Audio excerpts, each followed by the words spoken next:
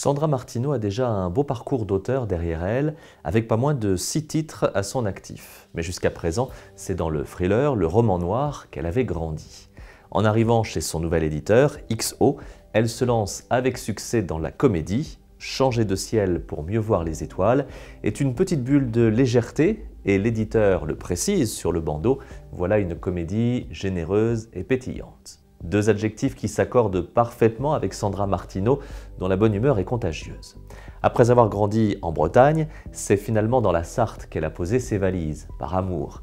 Et installée avec sa famille dans une petite ville non loin du Mans, elle est, le dit-elle, la plus heureuse des femmes.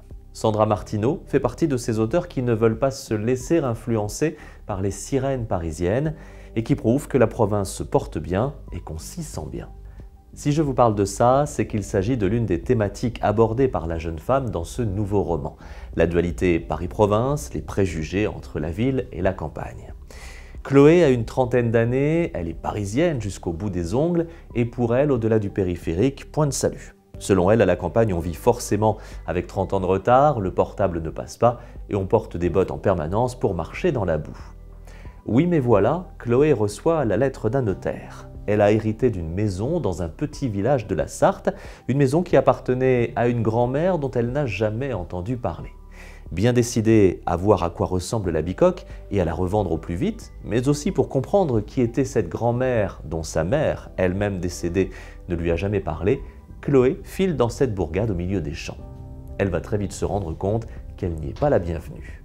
Les villageois ont d'autres projets pour cette maison et eux aussi ont leurs préjugés sur ceux de la ville et en particulier les parigots. Vous l'aurez compris, Sandra Martineau a décidé de jouer avec les clichés, de nous interpeller sur nos propres œillères et de bousculer les codes qui nous séparent, que l'on soit plutôt ville ou plutôt campagne.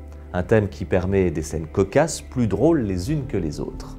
Mais le roman nous parle aussi des liens familiaux, des relations intergénérationnelles, de la difficulté d'aimer, de la différence sociale ou culturelle, des familles que l'on se fabrique quand la sienne est un peu défaillante, des non-dits qui empêchent de se construire. L'intrigue est bien menée, les dialogues font mouche, les personnages sont truculents et le roman se lit le sourire aux lèvres en laissant la part belle à quelques jolis moments d'émotion.